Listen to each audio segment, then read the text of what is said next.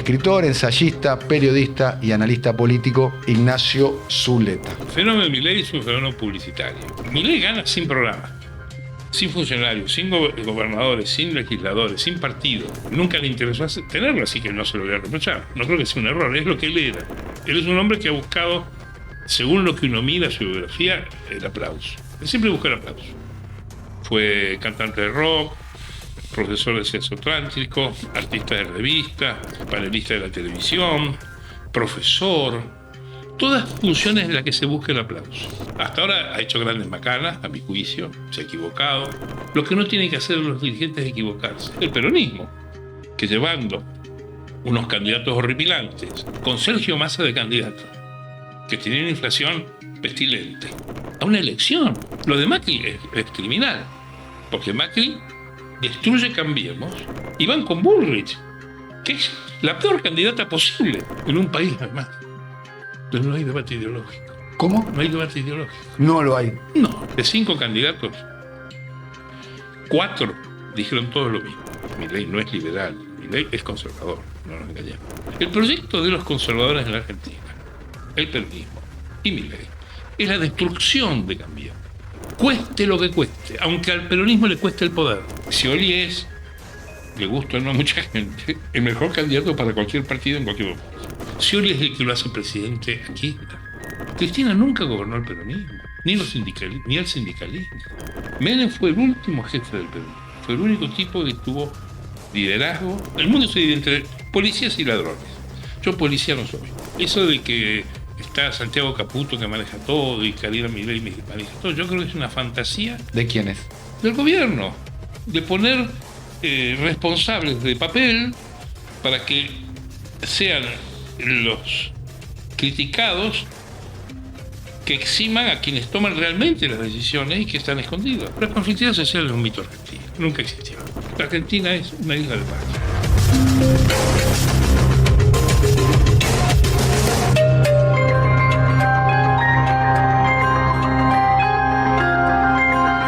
Es doctor en Filosofía y Letras, graduado en la Universidad Complutense de Madrid, España. Se especializó en el programa de publicaciones en la web de la Universidad de Stanford, Palo Alto, California.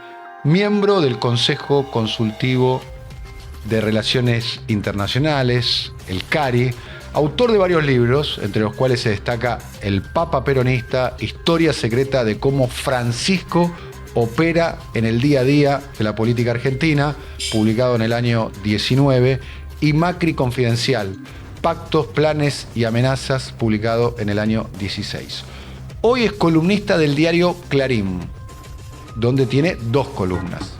Entre Telas, de la política, que se edita todos los domingos en el suplemento de Economía, y la columna Avant Premier, que se edita los lunes en la sección política. Además, tiene su propio blog, que se llama zuletasintecho.com. Fue secretario de redacción del hoy mítico, subrayo mítico, diario Ámbito Financiero en su época dorada. Escritor, ensayista, periodista y analista político, Ignacio Zuleta. Primero, muchísimas gracias por venir, Ignacio. Muchas gracias por invitar. Este es un medio que yo conozco desde su nacimiento en España, lo he visto desde que nació y es un vehículo en el cual me interesa expresarme, y más que charlando con vos. Bueno, es una testimonial, así que... Se puede mentir. ¿Eh? Se puede mentir. No, la testimonial no, la indagatoria. No se puede. En la indagatoria se puede. No, puedes decir lo que quieras. Digo, en el sentido de que vamos a hablar de varias cuestiones. Vamos a arrancar por el presente. Por este presente que produce un fenómeno de alcance global, como es el fenómeno Milei, que está generando mucha tensión en el mundo, lo que está sucediendo acá en la Argentina. Sos un agudo observador de la política argentina desde hace muchísimas décadas. ¿Cómo podrías explicar lo que está pasando hoy en nuestro país? Bueno, en Argentina lo que está, digamos, el fenómeno de Milei es un fenómeno publicitario, diríamos, de proselitismo político que está atado a intereses y a mecanismos que tienen que ver con el poder, así que yo no le daría demasiada relevancia. creo que se habla de él porque tiene una bocina de publicidad internacional, es una rareza de que alguien adhiera a esa cosa viscosa de la derecha global. Entonces ahí entra cualquiera, entra Vano, cualquiera que saque la cabeza va a salir en los diarios. Yo le quitaría trascendencia.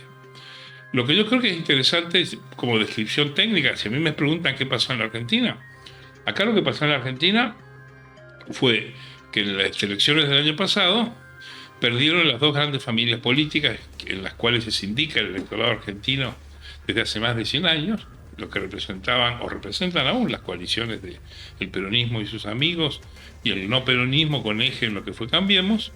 Perdieron las elecciones y se disparó el Instituto del Balotaje, en el cual Milei, que era un hombre que había sacado 29 puntos en la primera vuelta, en la cual quizá un 15 era la pendejada borracha de Crónica TV y el otro era el 15 de Bolsonaro, los conservadores del Sogaray, para mí no es ninguna sorpresa.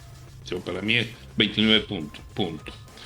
¿Qué se llevó? Se llevó el voto de Cambiemos, porque el voto de Cambiemos, al quedar Bullrich fuera del juego, cumplió la misión de desplazar al peronismo del poder, que era lo que quería y ha insistido siempre el electorado moderado de la Argentina, que aún, yo cito siempre este ejemplo, perdiendo las elecciones presidenciales en 2019, la fórmula Macri-Pichetto ganó en la categoría presidente en 5 de los 7 distritos más grandes de la Argentina. Solo perdió en Buenos Aires y en Tucumán.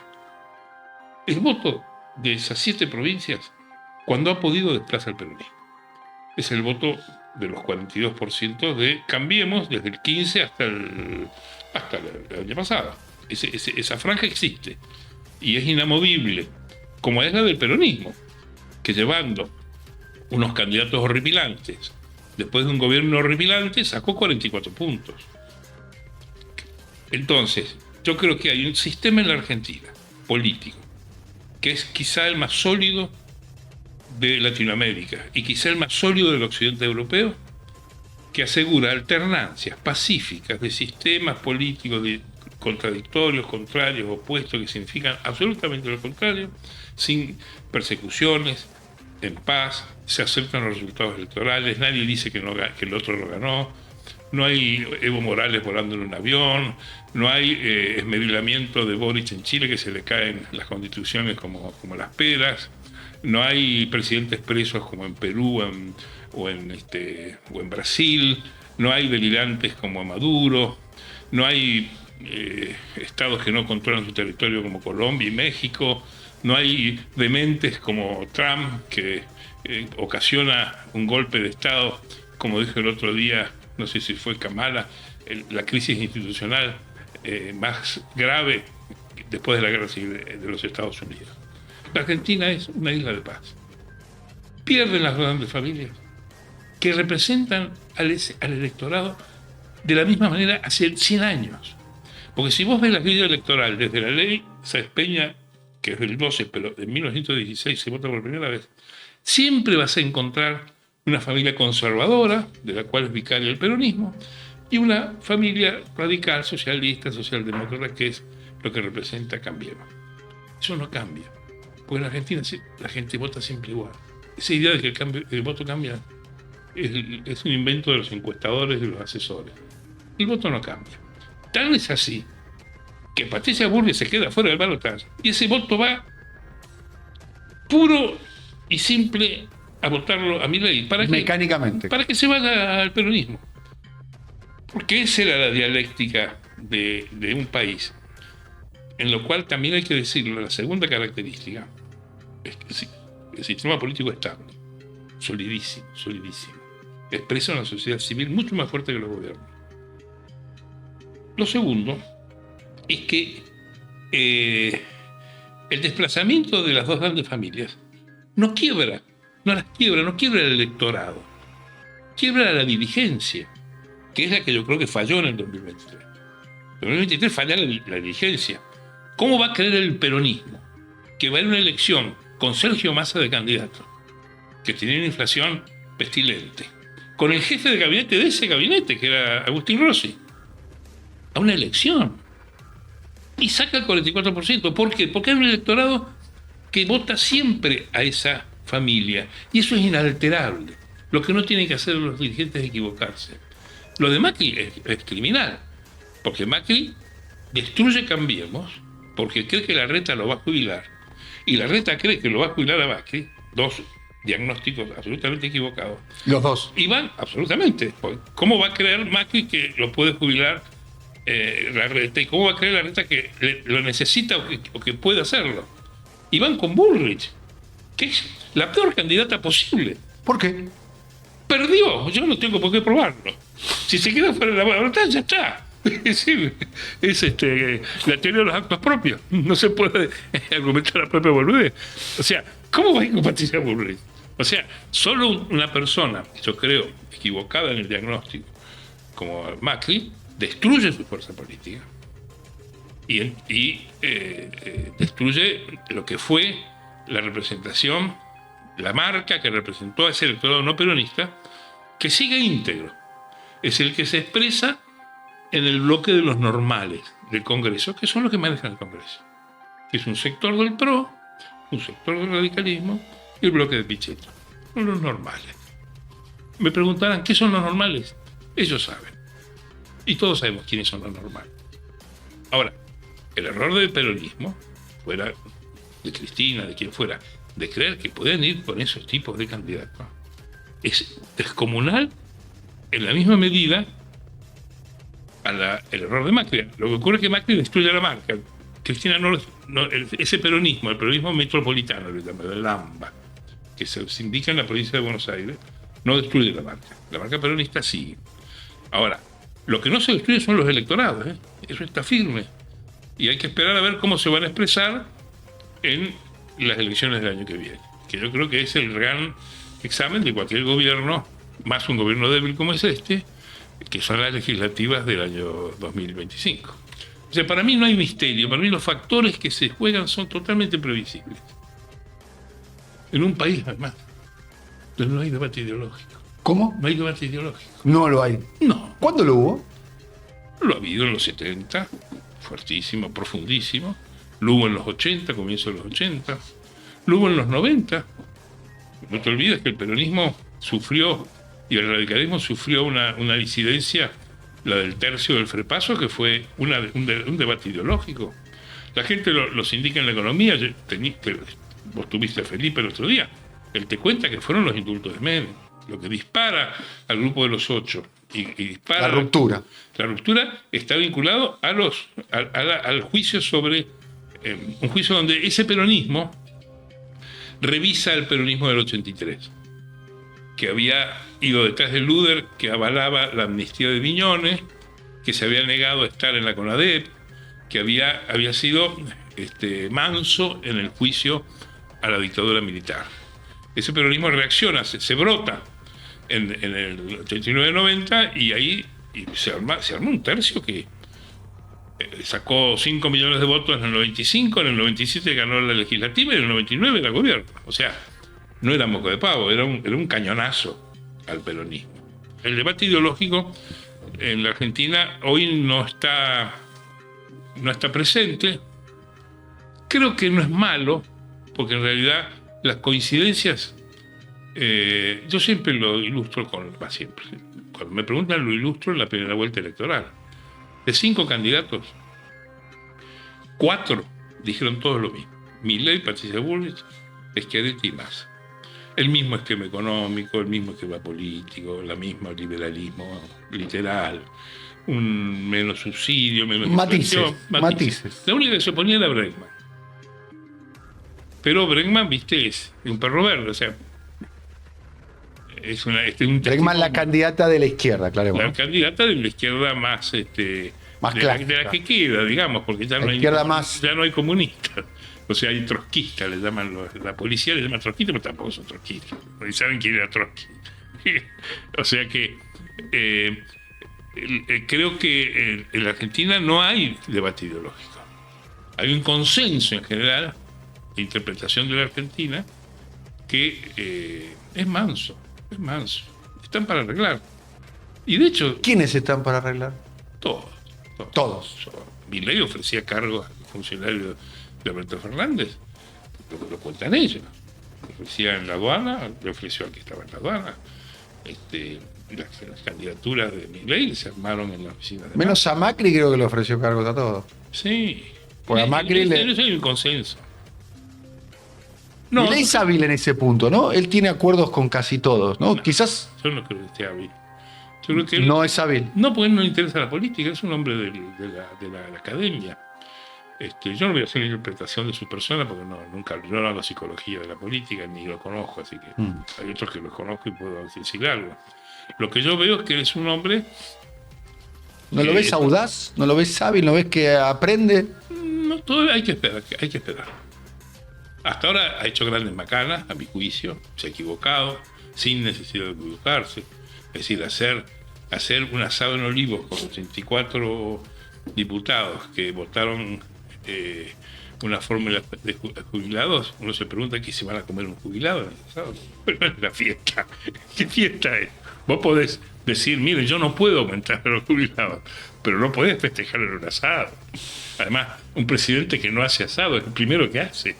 Y además, los que van son tan giles que pagan 20 lucas cada uno, o sea, les cobra.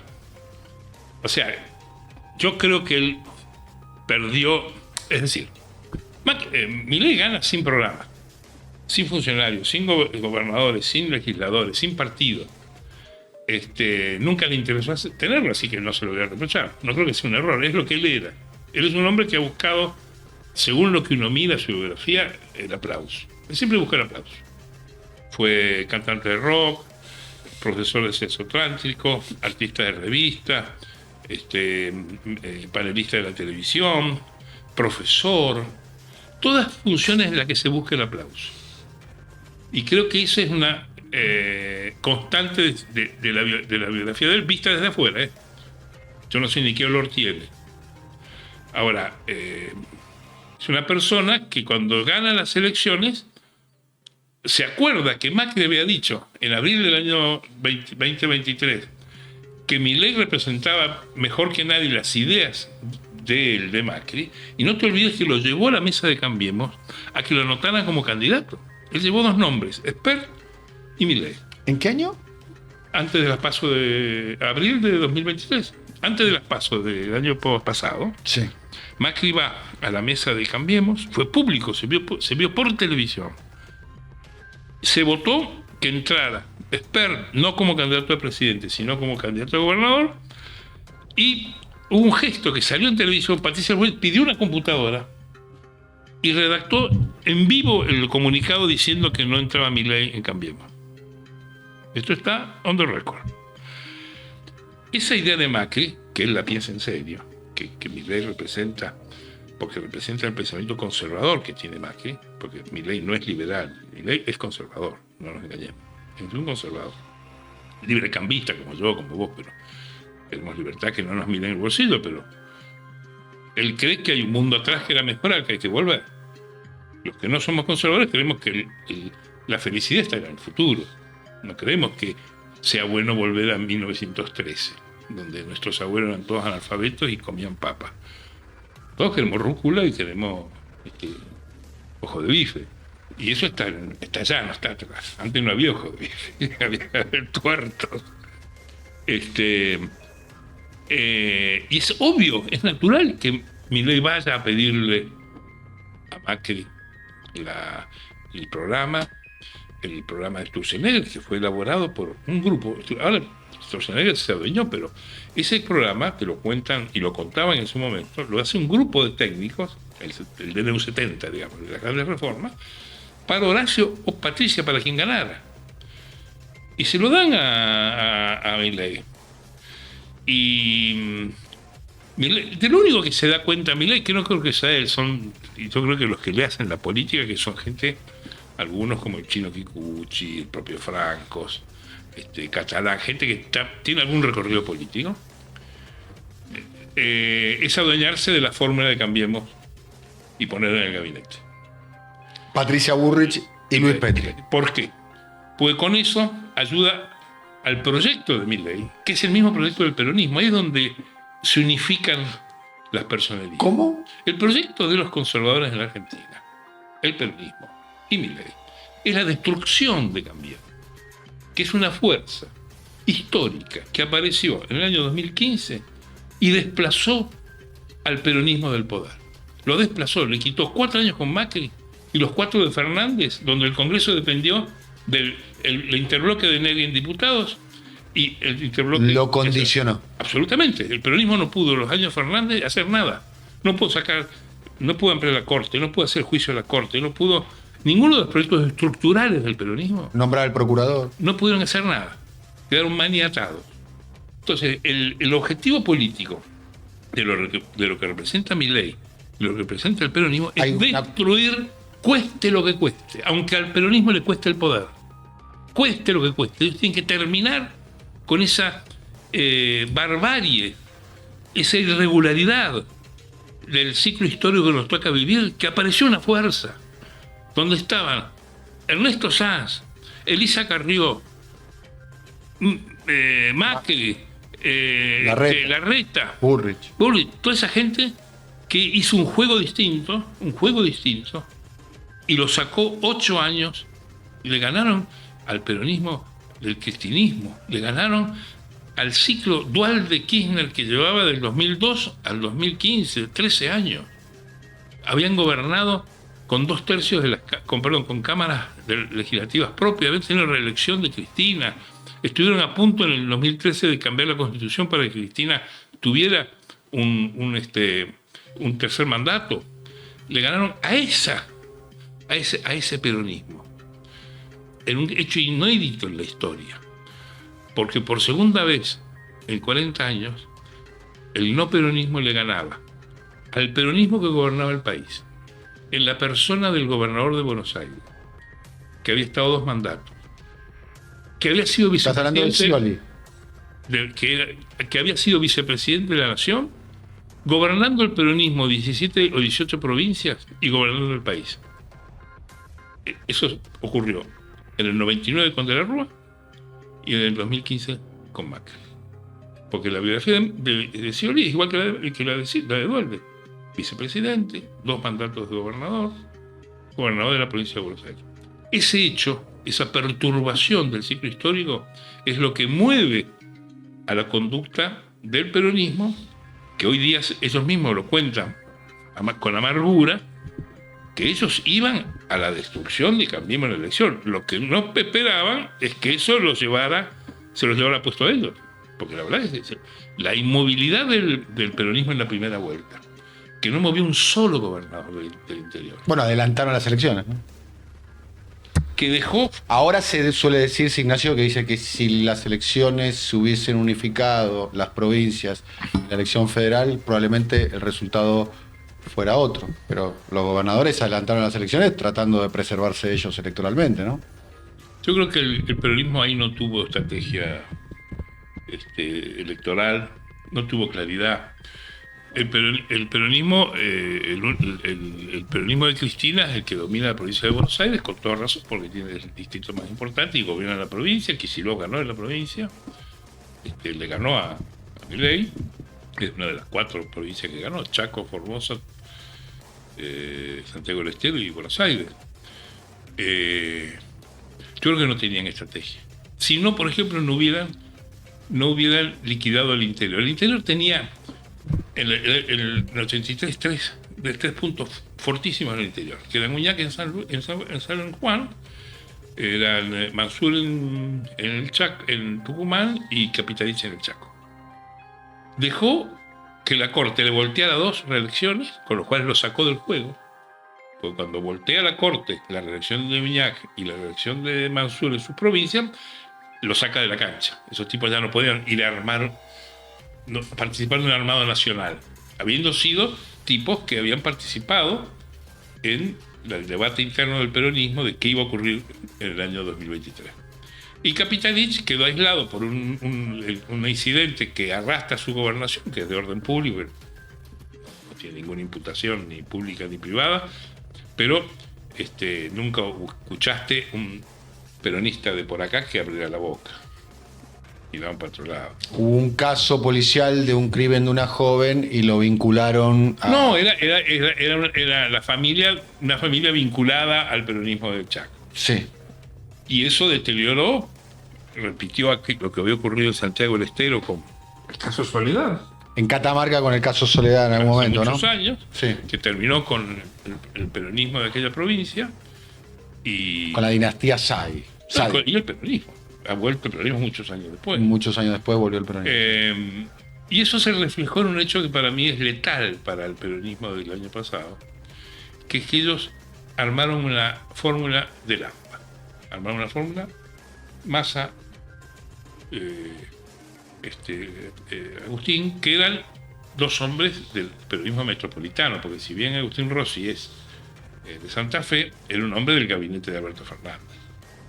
Y el peronismo, con esos candidatos, siempre va a perder.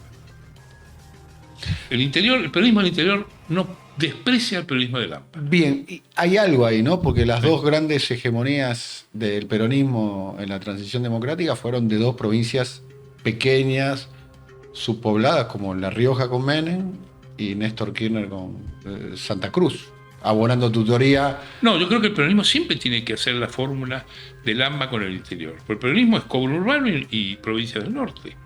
El resto va a balotar. A ver, de algún modo. Perdón. Menem Dualde. No, Kirchner era Dualde. No. Kirchner era Dualde. Kirchner no es candidato a presidente, sino es por Dualde.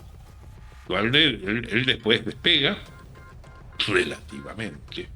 Nunca vas a haber visto a un funcionario de Dualde subir al patrullero bajo el gobierno de Kirchner. Nunca, jamás. Como hoy no ves ningún fernandista que suba al patrullero en el gobierno de Milei. Igual subir al patrullero está mal, Ignacio, ¿no? No, yo creo. Está mal. Yo introduje en el éxito del país el periodismo patrullero. Yo no creo en el patrullero, ni de la policía, ni de los... Yo en el mundo soy entre policías y ladrones. Yo policía no soy. Policía no soy. O sea, yo estoy contra eso. Ahora, esa herramienta de la política argentina, que se ha usado con tanta liberalidad, con unos y con otros, no se lo aplicó ni Kirchner a Dualde, ni se lo aplica Milei al gobierno anterior. No digo que tenga que hacerlo, pero esa herramienta la han postergado. Kirchner decía, la gente no come presos.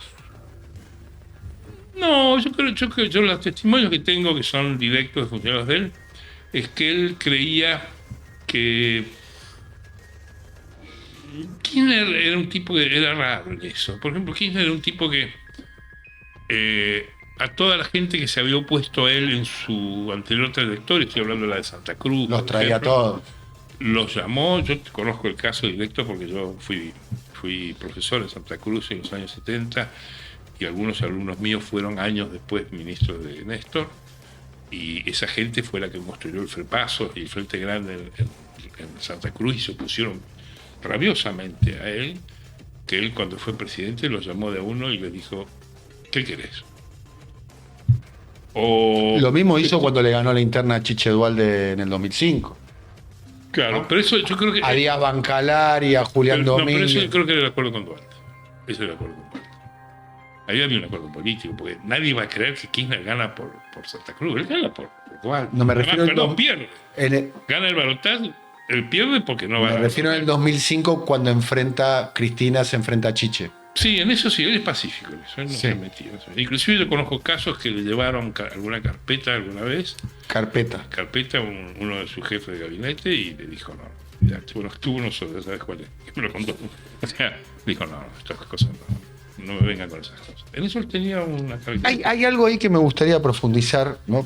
Sí. Que es sobre la cultura política. Porque uno imagina también a Raúl Alfonsín, a Carlos Menem, a Néstor Kirchner de alguna manera, con esa cultura política, ¿no? Como decís vos, vigilante no. Se podía ver el debate podía ser duro, claramente, eran hombres que buscaban el poder y lo ejercían, además, y sabían cómo hacerlo, pero había un límite, ¿no? Había como una cultura política que las cuestiones se resuelven en el ámbito de la política. Ir a denunciar a la justicia estaba como mal visto, ¿no? Depende, Alfonsín enjuició a las juntas, ¿no? Sí, está bien, pero no. A ver, yo creo que son casos distintos, porque Alfonsín era un hombre Estoy diciendo entre integrantes de la política. Claro, Alfonsín era un hombre de la política y era un hombre del radicalismo.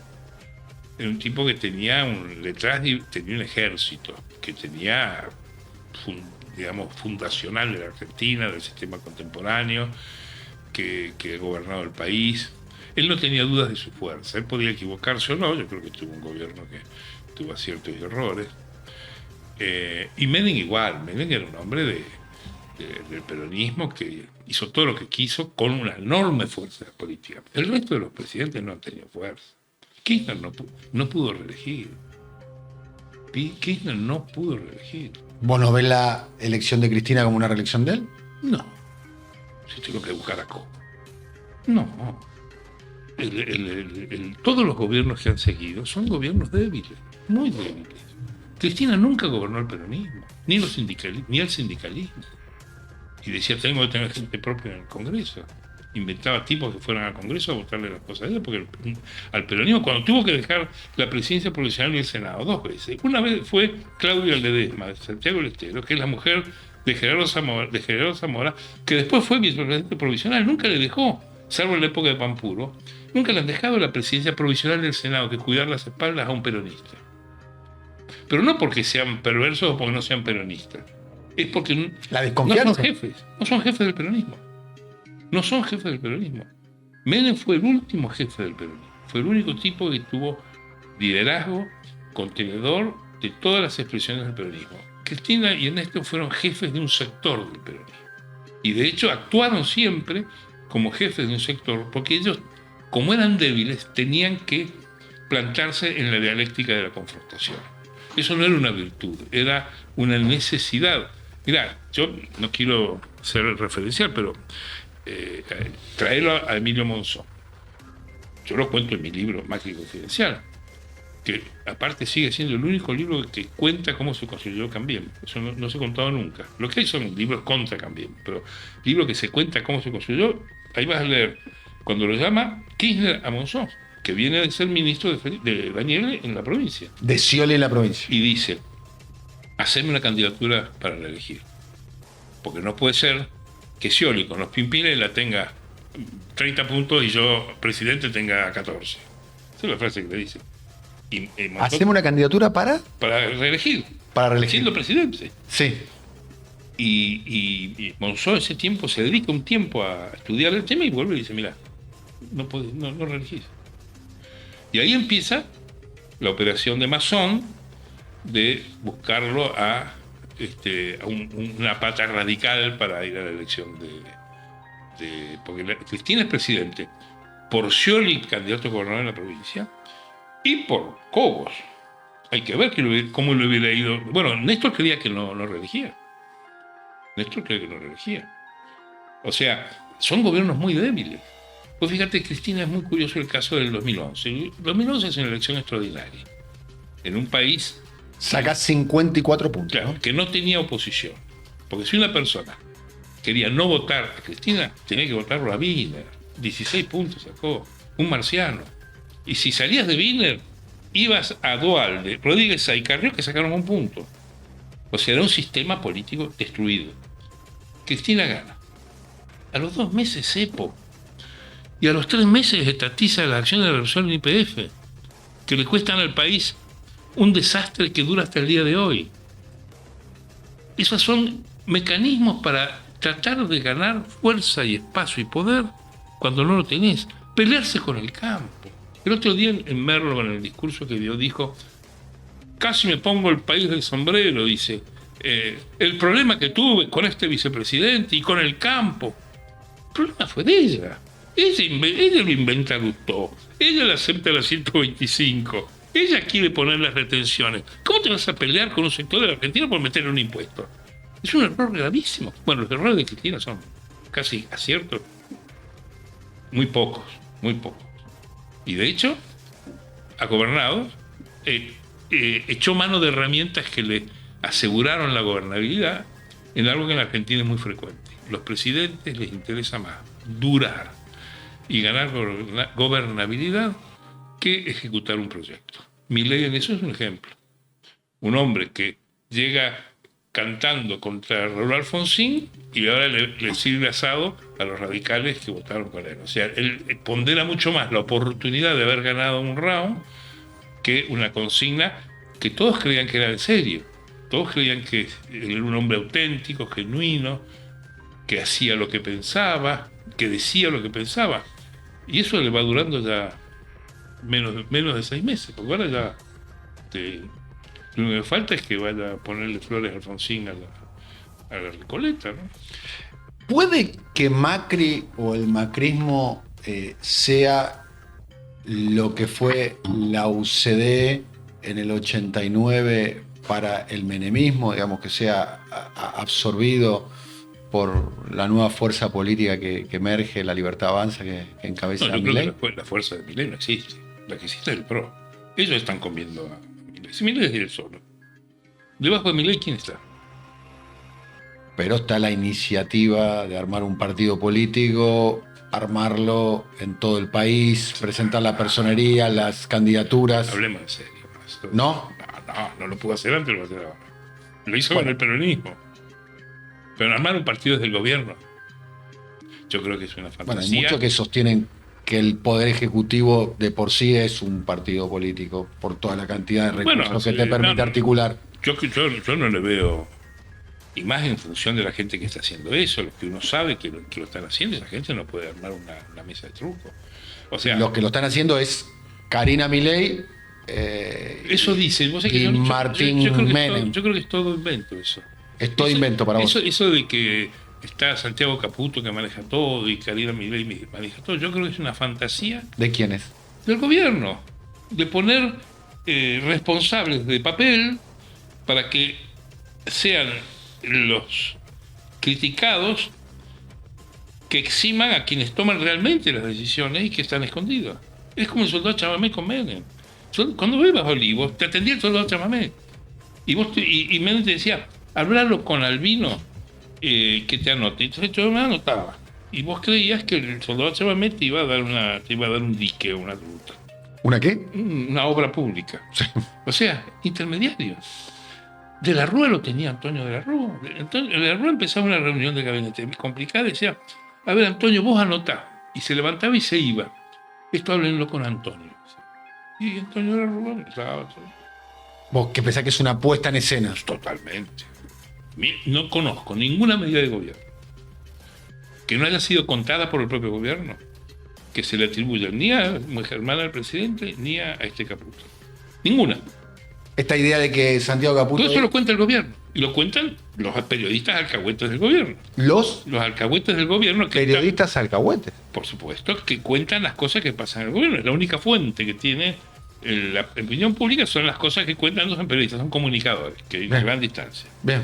Comunican que estuvo en una reunión y que todo es por esto y este maneja las privatizaciones. ¿Dónde he visto todo? Yo no he visto nada. La idea de que Santiago Caputo es el mago del Kremlin. No sé qué pasa en el Kremlin. ¿En el Kremlin qué es?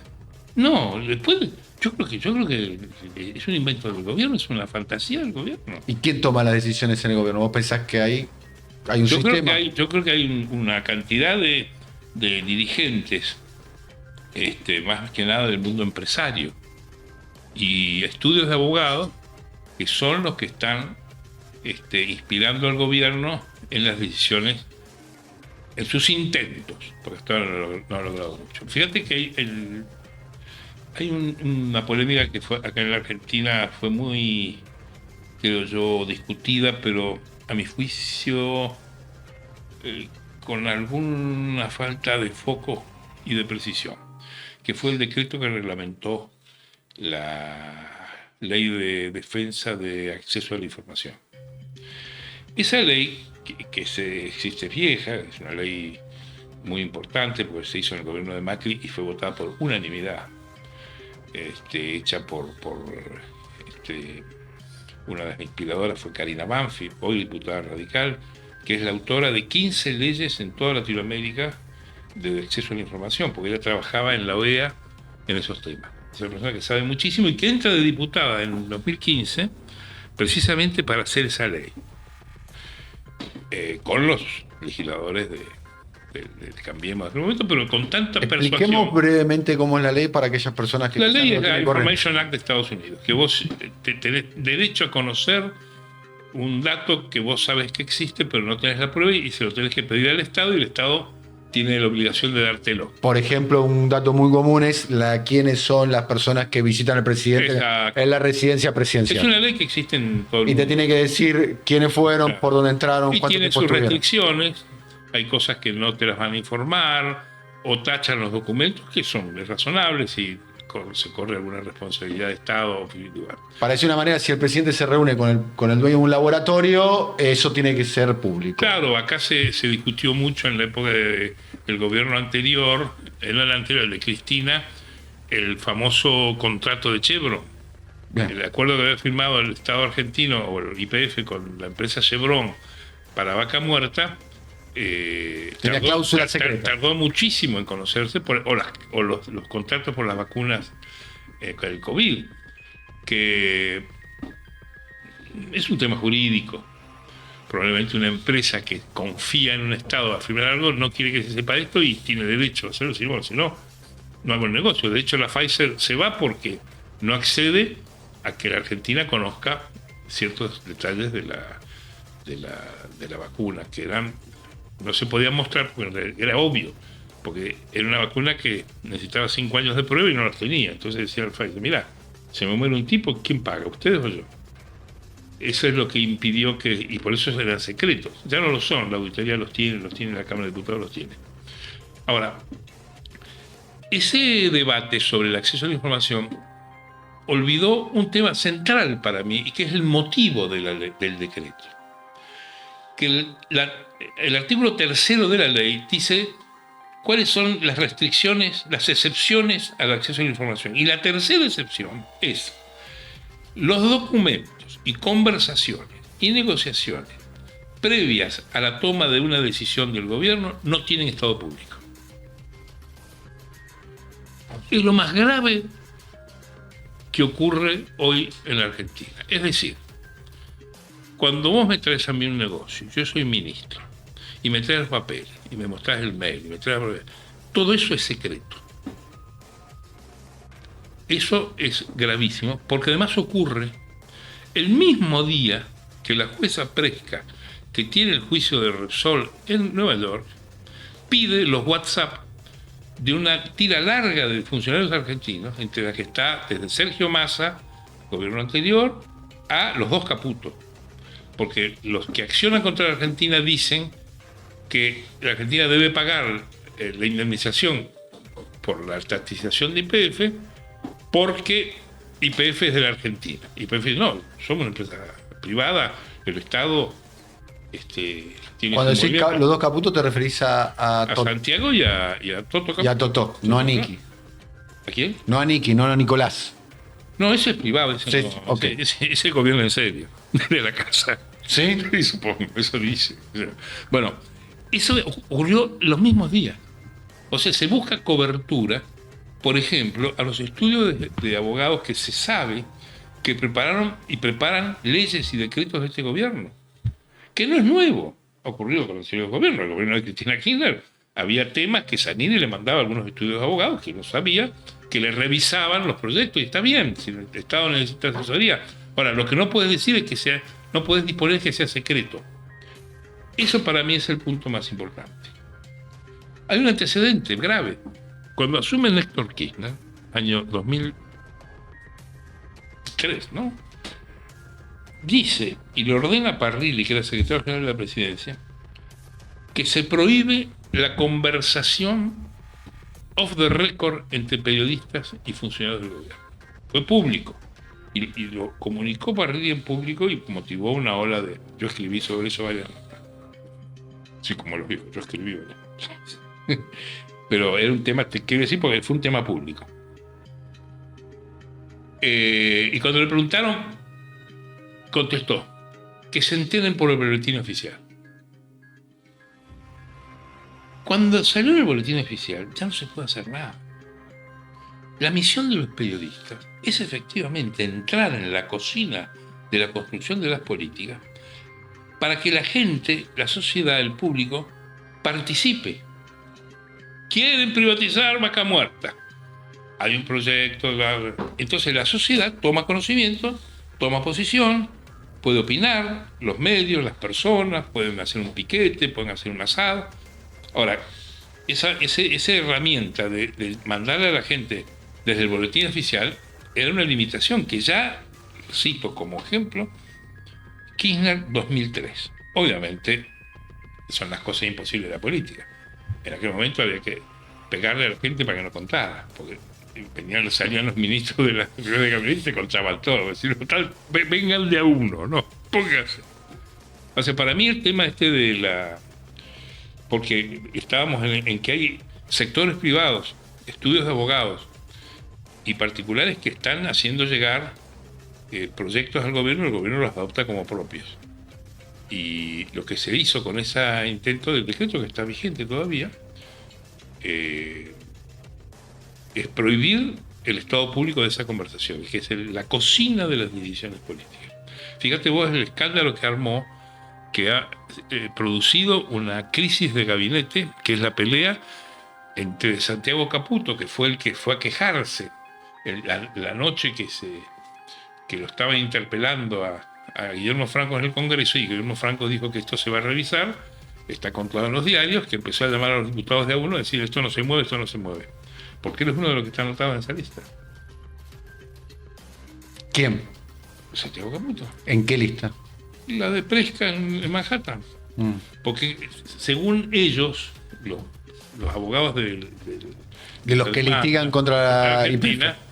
hay funcionarios argentinos que toman decisiones de YPF, como a dónde va la publicidad, si aumentan o no las naftas, que son del gobierno. Y eso piden los teléfonos los WhatsApp de Massa, de Guillermo Michel, que era el jefe de aduana, piden de Kicillof, que era funcionario de aquella época, y del gobierno actual un montón de tipos. Puede ser algo imposible de lograr, porque de ahí es que alguien entre en el laberinto judicial y salga, es muy difícil. Eso decían algunos abogados con los que yo hablé. Pero el solo hecho de que el gobierno haya sabido a cubrirlos revela que hay un grupo hay un deep state, hay una organización oculta en el gobierno que toma decisiones y que no son los que uno ve. Por lo menos no esto que dice el gobierno, que son los tipos importantes, o sea, este chico Caputo o la hermana del presidente. No son, por lo menos yo no creo. Yo hasta que no lo vea, yo los he desafiado. ¿A quién? En un programa dice, yo los desafío que vengan al Obelisco sin sobre todo y discutamos a ver si tienen tanto poder como es. ¿Vos desafiaste a quién? Un chiste. ¿Pero a quién? A Karina y al otro. ¿Qué quiere decir sin sobre todo, Ignacio? No, porque vos podés llevar un arma oculta, una coraza. Ok. Muy bien. Y no fueron, ¿no? No creo que se enteren, porque yo tengo una ventaja como profesional del periodismo. Primero que hago periodismo, yo no hago comunicación. O sea, yo construyo historias, yo no repito historias. O sea, yo solo hablo de los temas que produzco. Y segundo, no estoy en la televisión. Y todo ese mundo, yo no estoy en el radar. O sea, ni quiero estar, ni quiero que me lea, no. Yo creo que me lea el gran pueblo argentino, pero a mí no me...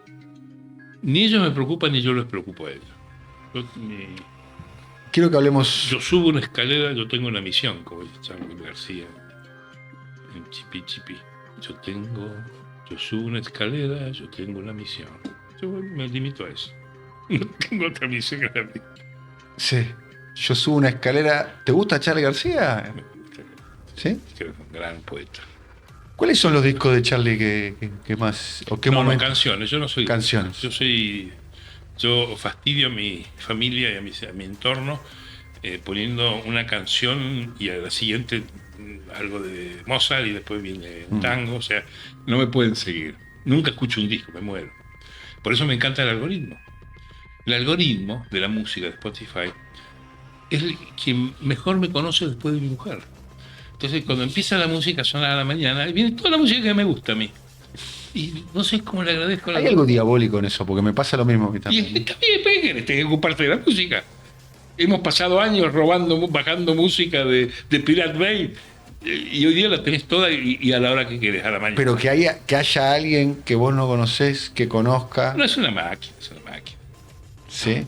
Todo es una máquina. Y con la máquina, yo no le tengo miedo ni a la inteligencia artificial, a todo eso. No. No podrán con nosotros. Quiero preguntarte, muchos sostienen, hasta el propio presidente lo sostiene, de hecho lo dijo Felipe el otro día conversamos, que Milei quiere parecerse tanto a Menem que quiere la misma novia, refiriéndose a, Cosa de Felipe. refiriéndose a Yuyito. Vos fuiste contemporáneo, ocupando un lugar importante en la redacción de Ámbito Financiero, que me gustaría que profundicemos un poco sobre eso ahora, a todo el periodo del menemismo, los 10 años y medio del gobierno de Menem. ¿Lo ves a Milei como un nuevo Menem? ¿Qué similitudes, qué diferencias? Yo creo que no es un político. Inclusive él dijo que él va a ser 4 años presidente y se va a la casa. Él no es un político. Ya dijo que quiere reelegir, también. Yo creo que él no tiene temperamento de político.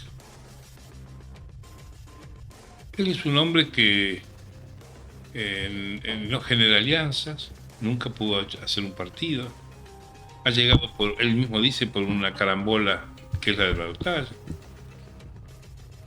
Es un hombre que divide, no busca conciliar, más bien se ríe del consenso. Él habla del consensualismo, lo critica como un mal.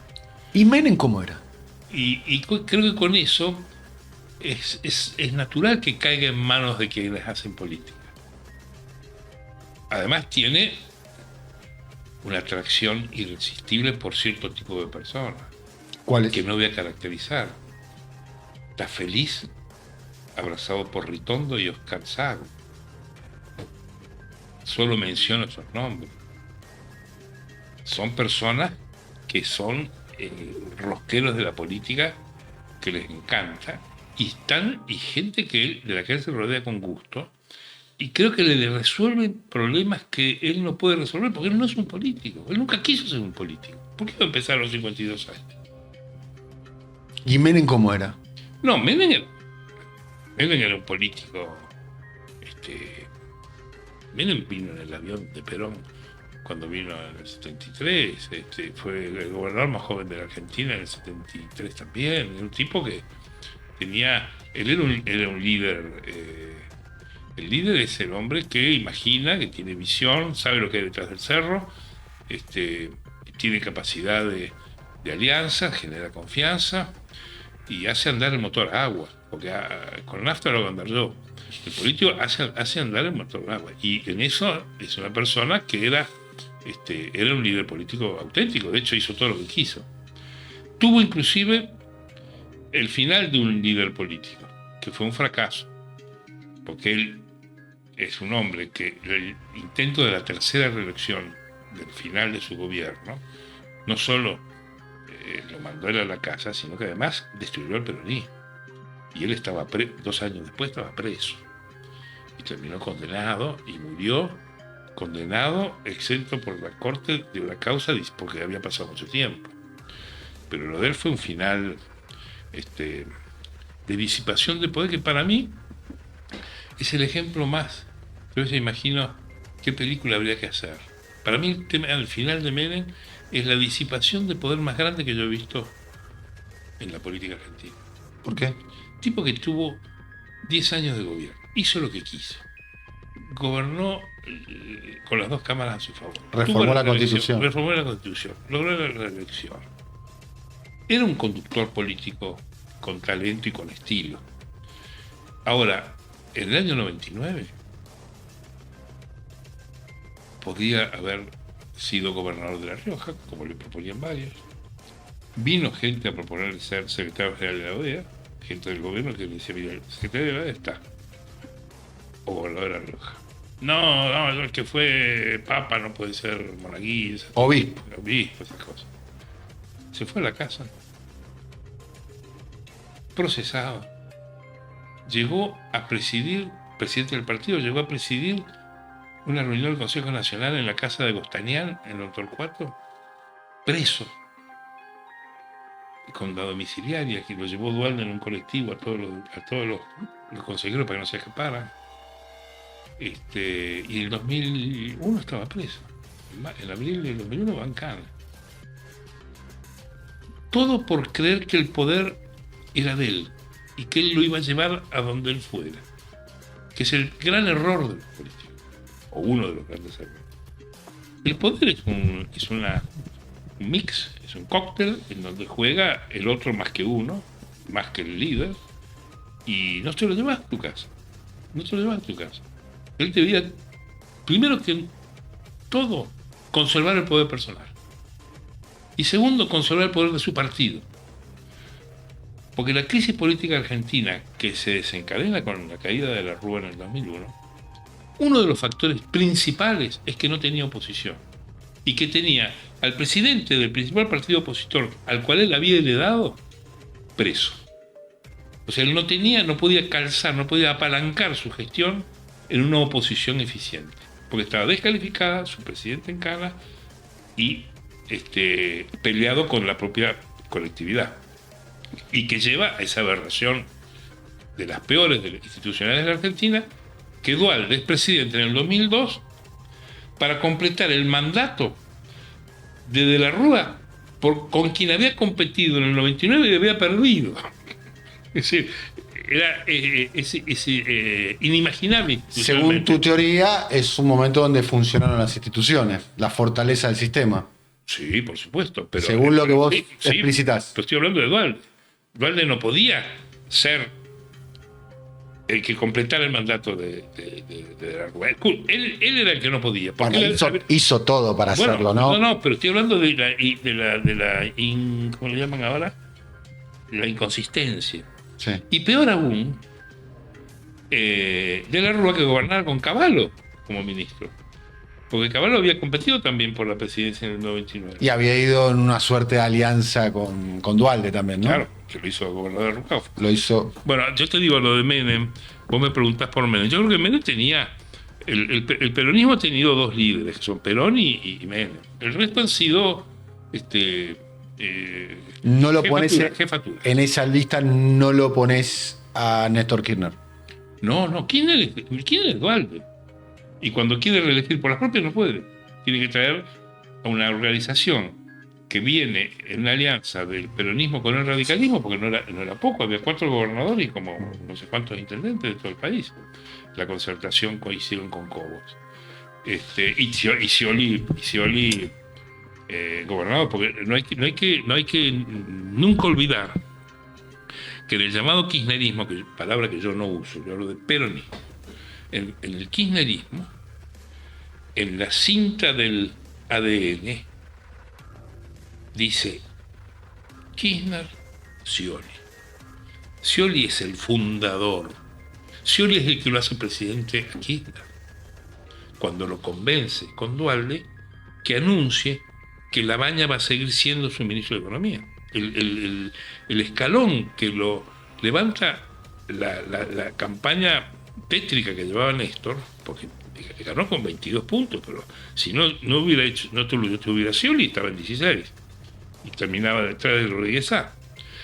Ellos lo convencen, y es una idea de Scioli, hay que decir que Labaña va a ser tu ministro de Economía. Y ese anuncio es poderosísimo como elemento de campaña, y después la figura de Scioli, que Scioli es, le gusta no a mucha gente, el mejor candidato para cualquier partido en cualquier momento.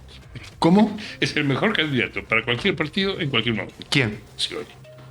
¿El expediente Scioli cómo lo explicas hoy?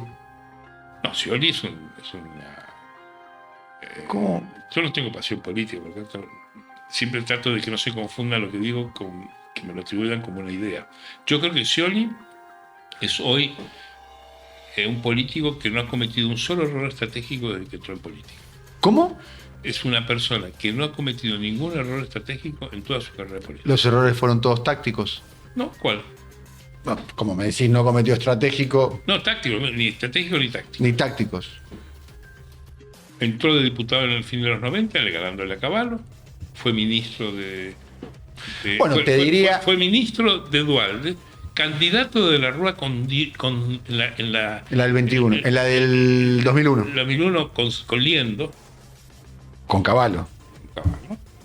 Fue vicepresidente de la Nación, fue 2 veces gobernador de la provincia, fue diputado nacional, embajador en Brasil y ahora es ministro. Y yo te diría... Y es superministro, tiene 3 o 4 carteras. Sí. ¿Cuándo se equivocó? Yo creo que nunca. Lo voy a tomar como una ironía. Perdón, lo que está no, diciendo. lo estoy diciendo en serio. ¿Cuándo perdió? Una elección. La puedo perder yo. La mala perdió por 2 puntos. Pero es alguien que se preparó para ser presidente y hoy está repartiendo viaje a los egresados estudiantes. Bueno, vos a lo mejor ponderás lo que hace Scioli de manera negativa. Yo creo que todo lo que él hizo, no voy a preguntar, como no hablo con él de estas cosas, yo no sé si es lo que quería o no, pero él no se equivocó en ningún momento. Porque está en el poder desde que entró a la política, en el partido, en la cual además ocupó las posiciones más importantes. No hablo de Scioli, hablo de la sociedad argentina y lo que Scioli y hombres como él representan para la Argentina. Él tiene una lectura finísima. ¿Sí? Sí, finísima de los hechos públicos. Y eso, por ejemplo, le hizo resistir durante 10 años toda la gente que le decía que tenía que irse del peronismo. Acordate de 2013. 2013, está contado en mi libro Macri. Estuvo a punto de acordar con Massa. A punto. Con Macri. Ese acuerdo. Cuando Massa acordó con Macri. Ese acuerdo de 2013 incluía a Scioli, a Massa y a Macri. Él estuvo hasta el último momento. Último es último. Tellerman te lo puede contar, que estaba allá adentro. Y dijo que no. Porque dijo una cosa absolutamente obvia. ¿Quién me va a dar a mí, fuera del peronismo, lo que yo tengo acá? ¿Quién lo va a hacer vicepresidente? ¿Quién lo va a hacer gobernador? ¿Quién lo va a hacer diputado nacional? ¿Quién lo va a hacer embajador en Chile? ¿Quién lo va a hacer ahora superministro de este gobierno? Tiene una capacidad de leer lo que pasa y de atender su propio interés. Ahora, después podrás discutir si los objetivos que tiene son buenos o malos, si tiene objetivos, porque creo que ese es un tema que él no lo puede deducir, pero no tiene un discurso. Él aguantó la pelea con Kirchner, acordate de lo que fue la pelea con Kirchner. En el primer tramo del gobierno, ¿no? El primer tramo del gobierno, aquella vez que va a decir él que hay que tocar las tarifas, y casi lo echan del gobierno, y le sacaron el despacho en la casa de gobierno, le sacaron los funcionarios. Lo vaciaron. Lo vaciaron. Y termina siendo gobernador de Buenos Aires 2 mandatos. Del propio espacio que a él lo limitó. Vos ves toda esa descripción como una destreza. Mirá, te voy a decir una frase que la digo mucho en la intimidad, pero todo emprendimiento colectivo está destinado al fracaso. Todo termina siempre mal. Colectivistas. No, todo emprendimiento público termina en fracaso. Nada sale bien. Bien podría decir eso Milei también, ¿no? No, yo lo digo en general de los emprendimientos públicos. Te hablo del franquismo, te hablo de la Unión Soviética, te hablo de Clinton presidente, te hablo de Obama, que le dieron el premio Nobel a la semana que ingresó a le dio un premio Nobel. No había ni firmado el decreto, había jurado. Y le dio un premio Nobel. O sea, gente, Clinton, que decían que tenía una economía tan próspera que había que modificar la teoría de los ciclos económicos, porque el crecimiento de Estados Unidos era prolongado y siempre crecía, que ya no había ciclos negativos en el capitalismo. Terminó colgado de una percha con un juicio político por hacer picardías en el salón oral y o sea, todo termina mal. Todo termina mal. Un poco la teoría del turco Asís, ¿no? No, el turco es tuya. El turco te la choreó vos. No. Puede ser que coincida. No, el turco coincide. Yo lo vengo diciendo hace muchos años, desde siempre. Nunca vamos a adelgazar. Nunca. Pero en el proceso de querer adelgazar, vamos a mejorar el azúcar, la presión, la masa corporal, nos va a ir bien con las chicas. pero bajar de peso nunca va a bajar de peso. O sea, bien no va a terminar nunca. Lo que hay que hacer, la política es un oficio para irla llevando. La política hay que irla llevando. Y vos podés, si tenés talento, terminar bien vos personalmente. Pero los procesos, bueno, Menem es un ejemplo. Alfonsín es un ejemplo. Alfonsín tiene una presidencia, según algunos, de la mejor que hemos tenido, en lo político. En lo político, pero en lo económico fue un desastre. Ahora, ¿lo voy a ir a juzgar a Alfonsín por la economía? Cuando a todos le fue como la mona. A todos. A Cristina, que puso el cepo, y después vino Macri y puso el cepo. Y este que gobierna, con cepo. O sea, ¿qué me estás diciendo? Es la única política de Estado que funciona, ¿no? El cepo, ¿no? Claro, yo estoy por comprarme un cepo. Ahora, hay que ser, ¿cómo te puedo decir? Misericordioso con la política. Misericordioso. O sea, hay que dejar que fluya. Tratemos de apoyar las buenas intenciones, pero sepamos que siempre, al final, van a chocar. Siempre van a chocar. ¿Alguna vez te escuché hablar sobre la política como los intereses y los principios, los valores, y que hay un exceso de romantización de la política para vos? Yo usaba la idea de romantización en la interpretación o la lectura de la política de quienes creen que en la política son importantes las personalidades. Yo creo que no. La política es un hecho sistémico, colectivo, en donde juegan factores que las personas no influyen mucho. A mí si Menem se teñía el pelo o no, o si Milei tiene perros o no, la verdad que a mí no creo que influyan en nada en la realidad. Yo las cuestiones de estilo no las pondré. Creo que yo voy a la necesidad. ¿Y la idea de los ideales, del romanticismo de la política? Ahí tenés un reparo. No, eso está bien. Digamos, el Estado llano, la burguesía moderna, le agrega las ideas a la política para quebrar el poder de los nobles que decían que iban a gobernar porque eran hijos de Dios, porque tenían la monarquía y eran hijos de hijos. Entonces, la burguesía, el Estado llano, ¿qué hace? No, están las ideas. Y empieza a aparecer los derechos, empieza a aparecer la necesidad de la igualdad, la fraternidad. La libertad. La libertad. Estos factores entran en la política para moderar la necesidad que imponía el viejo Estado. El viejo Estado. Ahora, yo creo que las ideas son importantes porque nos defienden a la gente que está en el Estado llano. Pero lo que organiza más la política son los intereses para vos que las ideas. No, yo creo que actúan igual. Igual. Lo que pasa es que la tarea colectiva y el gobierno de la sociedad, que es un problema milenario de nuestra cultura, la de Occidente por lo menos, que es la que quiere un ordenamiento. Las culturas que no se inspiran en la sabiduría de las islas griegas son dictaduras. Oriente, ahí no importa, no hay igualdad. O autocracias. Autocracias, ahí no hay igualdad, no hay nada, de nada. Pero nosotros que tenemos el demonio de la lógica de las islas griegas y creemos que un hombre no es un número y que la igualdad y la libertad rige todo, tenemos un hándicap en contra y uno a favor. En contra, que es casi imposible ordenar la sociedad. Tanto que en 2000 años y pico no se ha podido ordenar. Se pueden ordenar por momentos. Es decir, vos podés ordenar por momentos, podés adelgazar para un casamiento. Y te entra el saco. Pero después pasó el casamiento y ya te mandaste de vuelta. O sea, hay momentos en los cuales hay concilio y tranquilidad para organizar la sociedad. Y otros momentos que yo creo son los que al final terminan poniéndose, es la cuadratura del círculo. La política es la cuadratura del círculo. Vamos detrás de un imposible. Ahora, no podemos dejar de perseguirlo. Yo no soy escéptico. Yo soy muy optimista. Yo creo que la Argentina es un país que tiene activos que no tienen muchos, que es un país que tiene un sistema político extraordinariamente poderoso, que es más poderoso que su gobierno. La sociedad civil es más poderosa que su gobierno. Es un país riquísimo.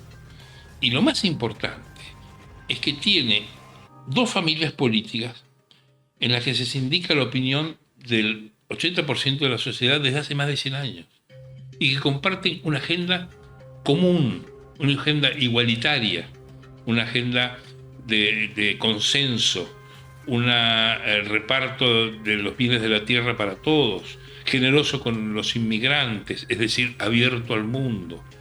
En eso es una bendición tener esa realidad histórica que además hace que esas dos familias se repitan en la grilla electoral de hace 100 años.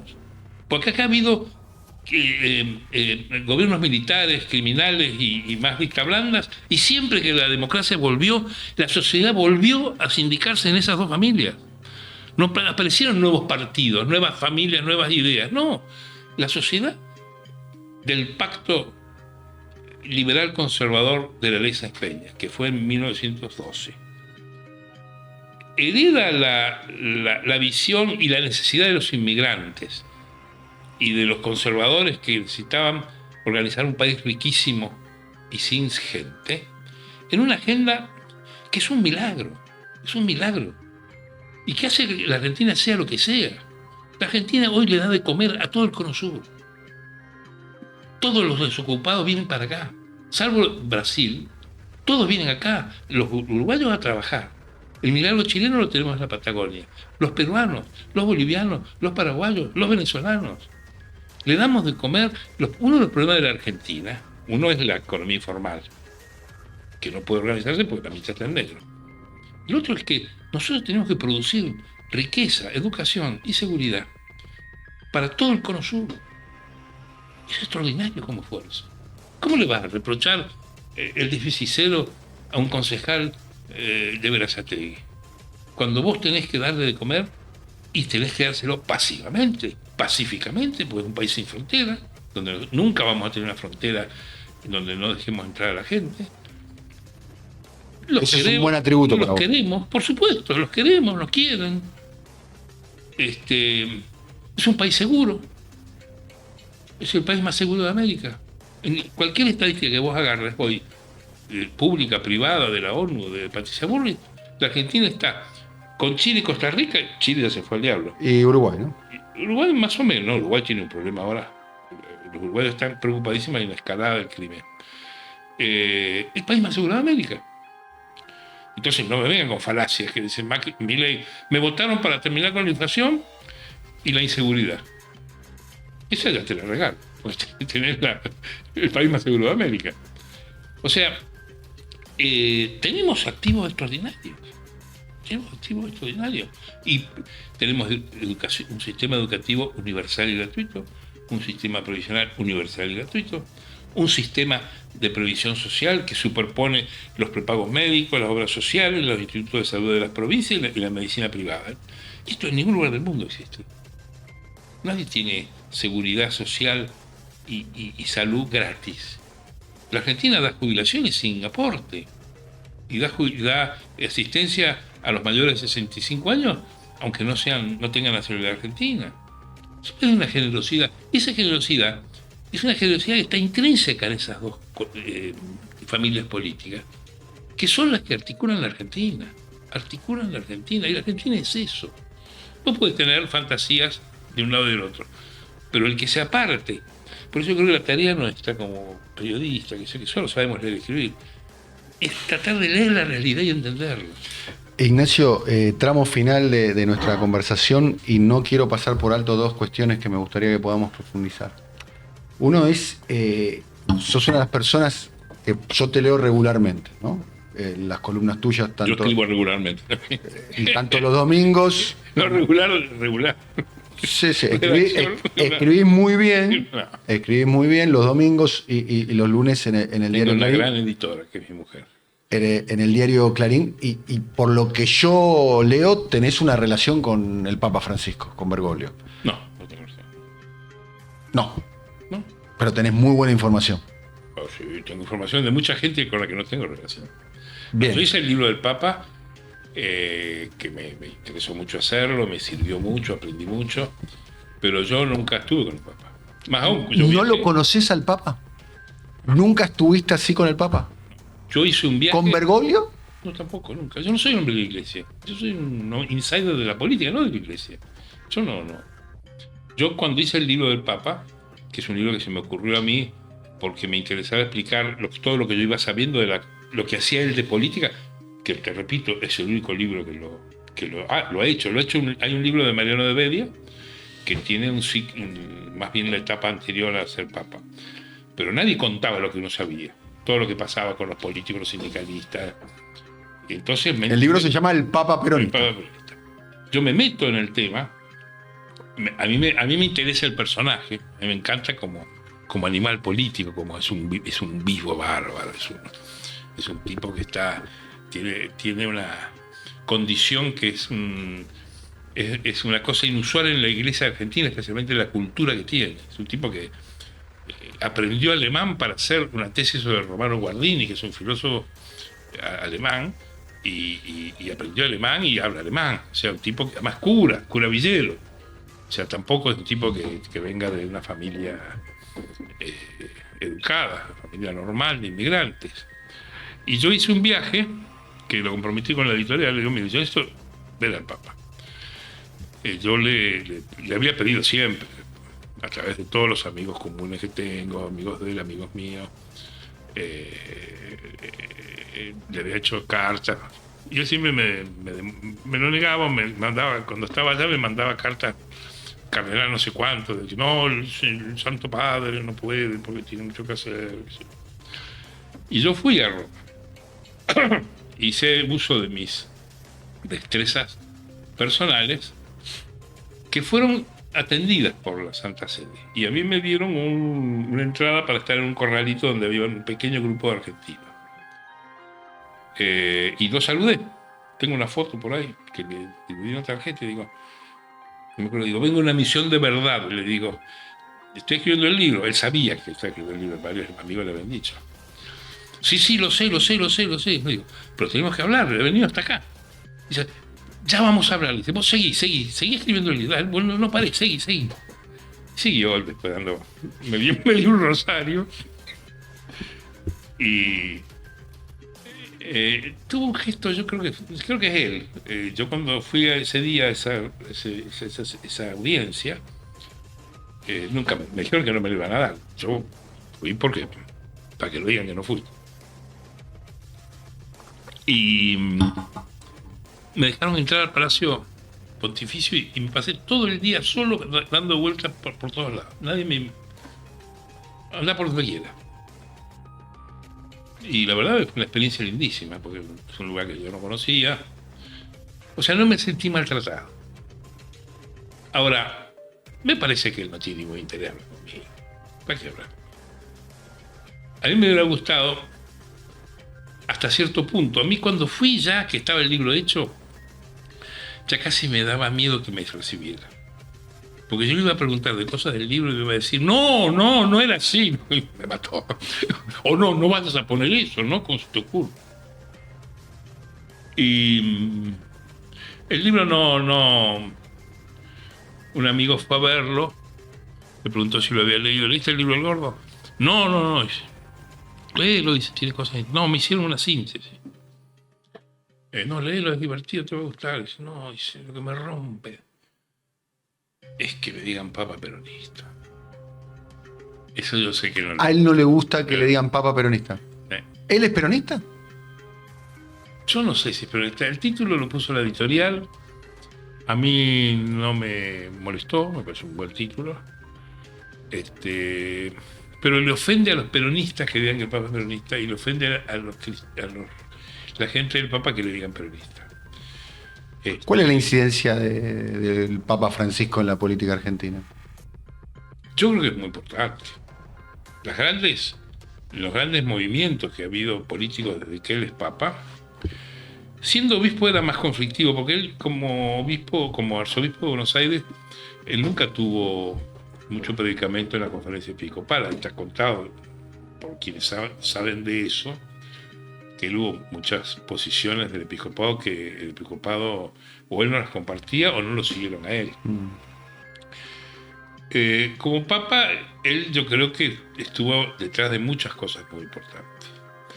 Yo creo que estuvo lo más importante que hizo para mí es el proyecto de la Ley de Villas, que es un proyecto que se hace bajo el gobierno de Macri, que es primero el registro de las 4.000, ahora son 6.000 barrios populares, y se aprueba una ley que autoriza a la confiscación por parte del Estado de los lotes ocupados en las villas por sus habitantes hasta cierta fecha, con un corte, y subsidiar su desarrollo.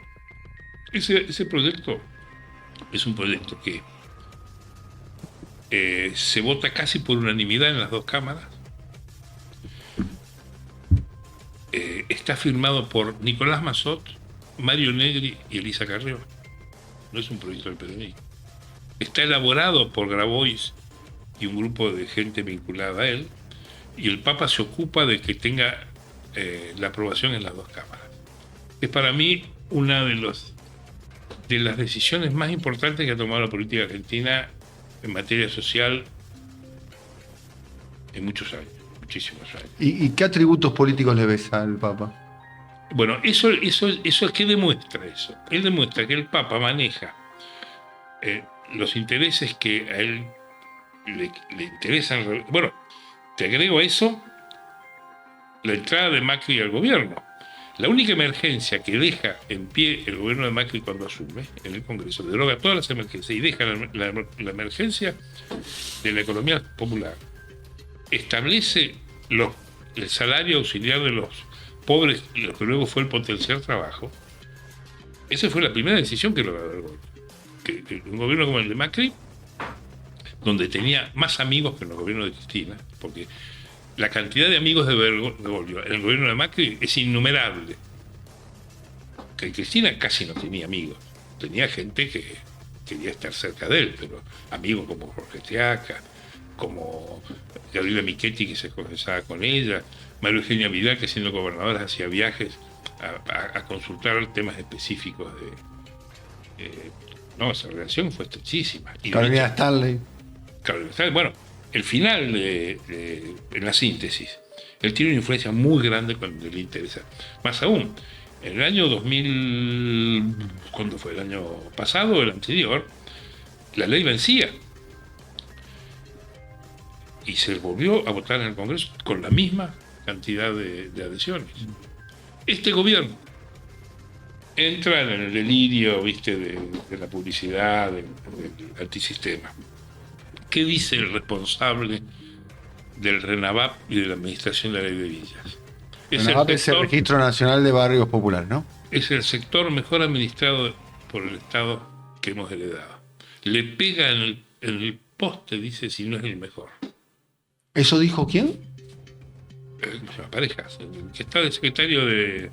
Sebastián Pareja. De Desarrollo Social. Que es un hombre que se encargó del armado político en la provincia de Buenos Aires. Que es un hombre que está vinculado, él iba ahí a auditar eso y si encontraba algo, eso es un símbolo para la mentalidad del gobierno actual, es el símbolo del peor peronismo.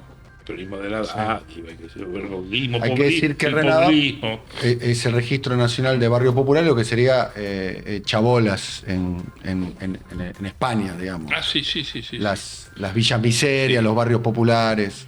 Barrios populares, sí.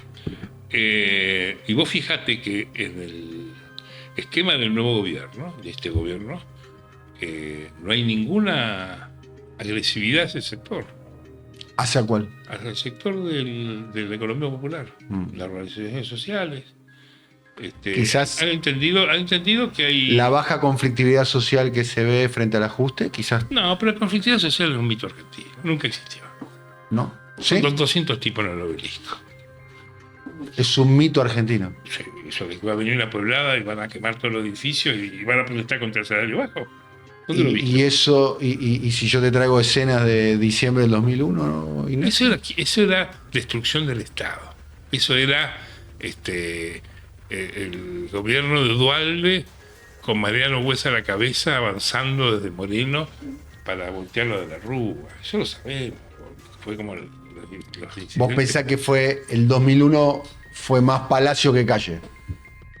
El 2001 fue una implosión del gobierno porque... ¿Fue un gobierno o un sistema que implosionó? No, el sistema se lo compusieron todo como decían, que se vayan todos y volvieron todos, además con la familia. Yo creo que eso no son mitos. Ahí hubo una fractura, una división del gobierno, que es la entrada de Cavallo al gabinete de la Rúa, que divide al gobierno, lo hace implosionar en una crisis que era inmanejable y bueno, a mí no me consta que el peronismo hizo conspiraciones como dicen algunos. Pero De la Rúa dice que sí, que fue una conspiración. Sabemos que, qué sé yo, yo creo que Duhalde y Alfonsín querían, no sé si que de la Rúa renunciara en ese momento, pero se habían convertido los dos en su oposición más importante. Esto está certificado. Ellos creían que esto había que cambiarlo. Ahora, no sé, eso no fue por Pueblada. Si vos mirás la Argentina, hay una mirada muy metropolitana y porteña. El presidente el otro día en el Congreso dice: queremos déficit cero, las provincias deben pagar. Las provincias terminaron el 2022 con un déficit, con la superávit fiscal. Todas las provincias de Argentina. Si algo saben de superávit fiscal son los gobernadores. Fíjate que yo, pensando en eso, por una cosa que escribí esta semana, viniendo acá en el auto, miré en el teléfono la respuesta que le había pedido un economista que yo sigo mucho, que Nadine Argañarás, que es un economista de Córdoba, que es un experto en cuentas públicas. Digo, vos me dijiste que 2022 habían terminado con superávit fiscal. Es así, y es así. En el tramo final quiero que hablemos de ámbito financiero. Vos tuviste como secretario de redacción en ámbito financiero en una época de oro, ¿no? Yo entré cuando el diario ya existía y era muy importante. Sí. A ver, ámbito financiero, para mí, dos grandes primicias, si se me permite el término, es el diario que anuncia ni más ni menos que el Plan Austral, ¿no? Estamos hablando año 84, 85. 85 debe ser, sí. 85, ¿no? Una gran novedad desde el punto de vista económico. Claro, porque era el gran plan que pensó Alfonsín para resolver los problemas económicos. Bien. Y luego es el diario que anticipa ni más ni menos que el Pacto de Olivos. Cuenta la reunión Menem-Alfonsín. Menem-Alfonsín. Porque el acuerdo, uno estaba en el ambiente, uno sabía que algo había. Pero estaba al caer. Lo importante de la noticia es que el encuentro era muy ilustrativo y señalaba cosas que nadie había advertido. En la casa de Dante Caputo, ¿no? El cuarto Caputo de nuestras vidas. El Dante Caputo. En realidad el primero, si lo pensamos. Nada que ver con la familia Caputo actual, pero el anterior. Lo hemos conversado alguna vez, Ignacio. Creo yo que gran parte del periodismo que se hace ahora, especialmente el periodismo político y demás, está de alguna manera formateado bajo la forma de ese ámbito financiero, esa forma de entender el poder, esa forma de narrar el poder, esa semántica, ese modo. Por caso, había una sección, para aquellas personas que no lo conocen, que se publicaba los días lunes. El diario, en realidad, se publicaba de lunes a viernes. Era un diario financiero. De los diarios económicos que sale. Y el día lunes se publicaba una sección que era muy leída por todo el sistema político, o por lo que sería llamado ahora el Círculo Rojo, según Durán Barba, que era charlas de quincho. Hoy gran parte del periodismo político, ¿no? Tiene mucho de lo que era ese modo de narrar con las charlas de quincho. Entre otras cosas. Yo coincido con la mirada en el sentido de que el diario aportó una novedad cuando descubre o instala primero la idea de un diario financiero del mercado, que es como nace con una economía como era la de Martínez de Oz, que así creaba un mercado de la tasa y eso provocaba un enorme interés del público. A eso, su fundador, que es Julio Ramos, empieza agregándole, avanzados los años, el diario es del 78, la cobertura de la política. Si yo pudiera en perspectiva sintetizar en un concepto, te diría que lo que aportó ámbito financiero fue una mirada sobre la sociedad y sobre la dirigencia política. La prensa del legacy media, como es en Estados Unidos, la prensa anterior, transmitía a los lectores que la dirigencia política era superior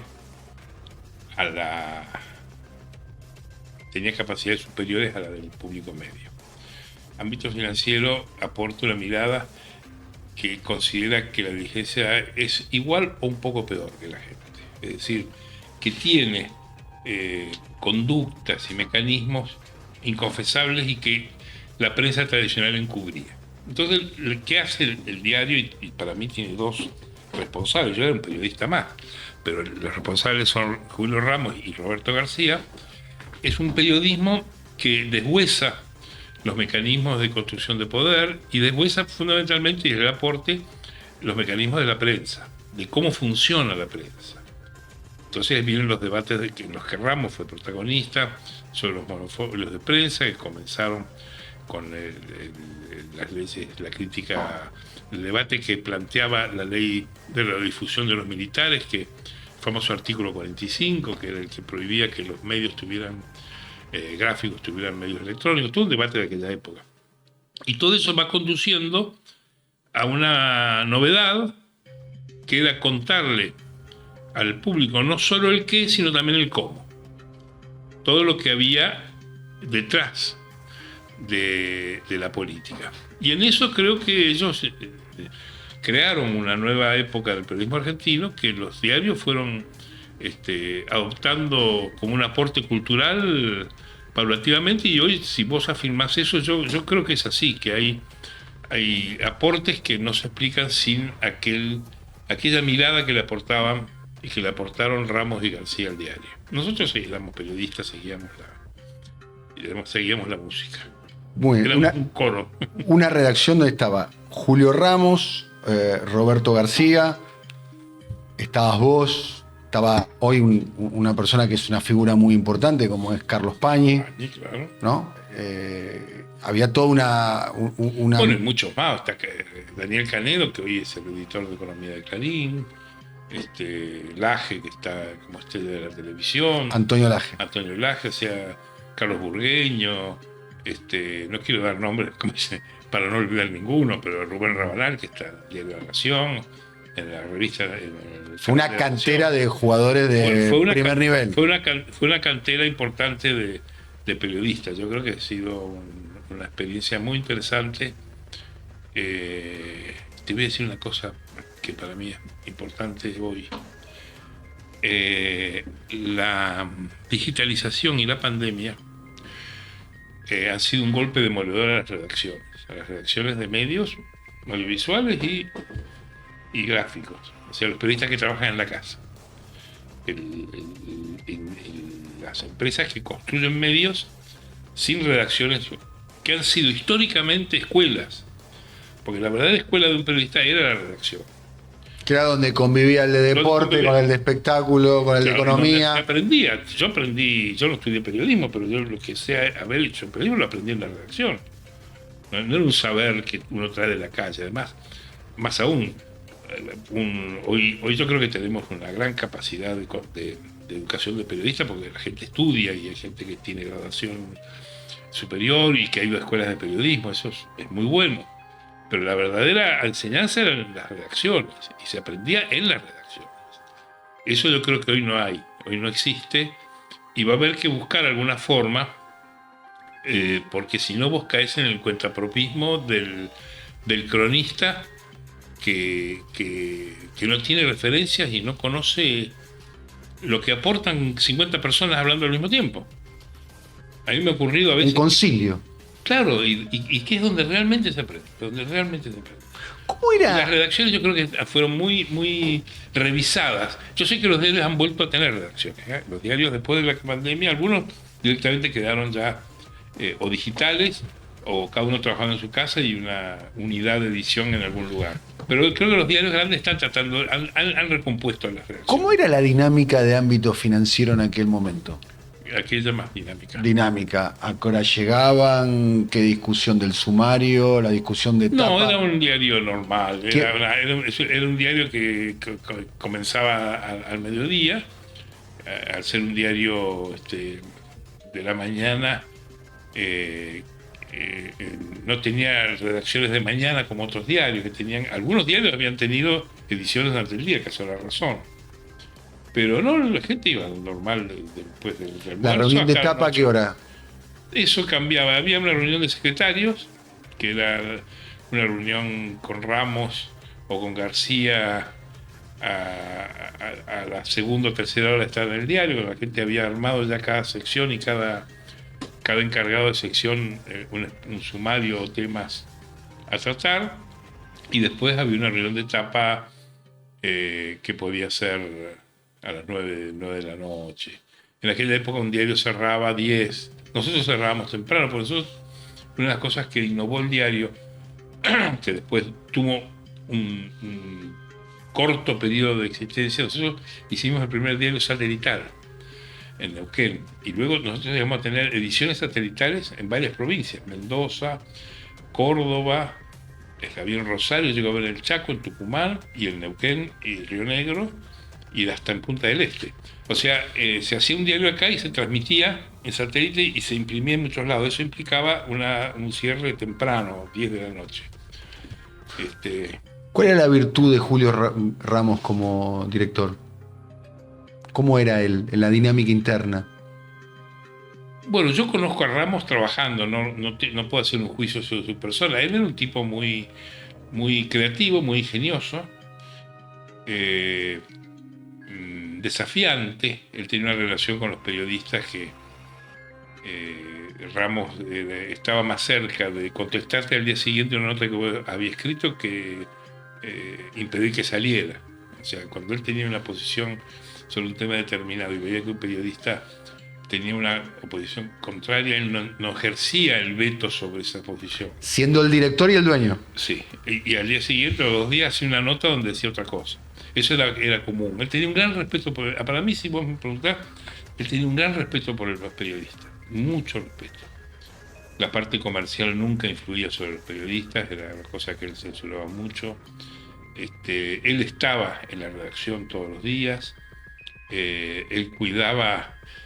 Nosotros, en broma, cuando llamaba a la gente, contestábamos ámbito financiero atendido por sus propios dueños, porque Ramos además atendía a veces él el teléfono y hablaba él con los lectores. Él tenía una.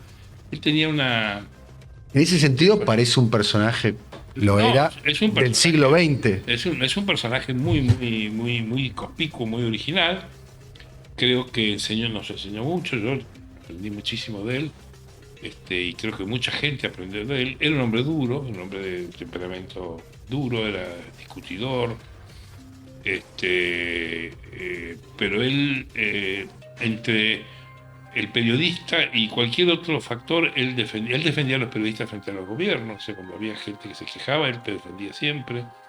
Él tenía una noción un orgullo de ser periodista y trataba de defender el orgullo de los periodistas. Eso es bueno, eso siempre se recuerda como.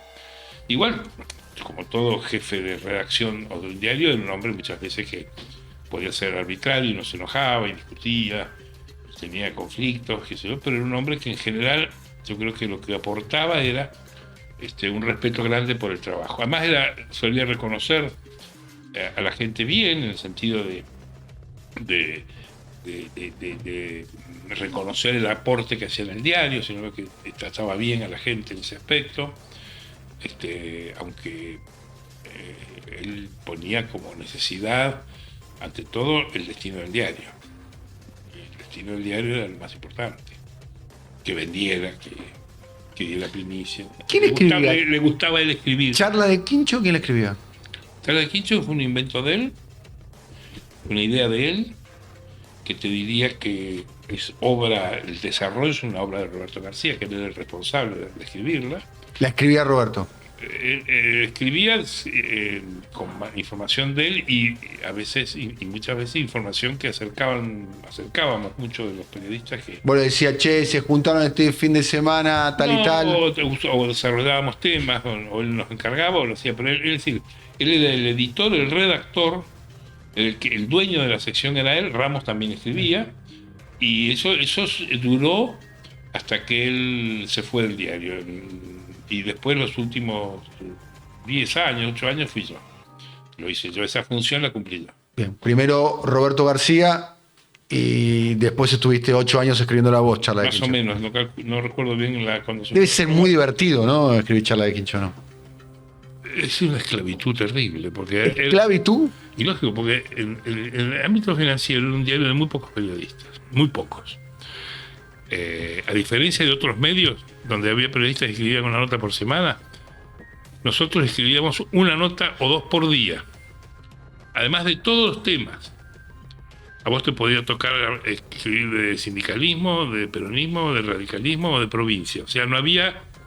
trataba la redacción de impedir que hubiera zonas reservadas. Viste que a veces hay en las redacciones solo tú escribes de defensa y nadie se mete. Cotos de casa. Cotos de casa. Y además tenías que escribir los domingos 3 páginas del diario, aparte. Yo imagino que a Roberto le pasó y me pasó a mí. Yo nunca tenía fines de semana. Yo nunca iba a la cancha. El domingo no iba al cine, nada. Tenía que estar, es decir, esa responsabilidad te chupaba el fin de semana, que era lo que tenía libre el periodista que no tenía esa responsabilidad.